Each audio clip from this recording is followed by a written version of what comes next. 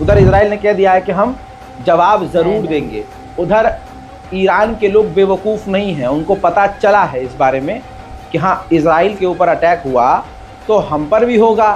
तो अब ईरान के पेट्रोल पंप और गैस स्टेशनों पर गाड़ियों की लंबी कतारें लग गई हैं।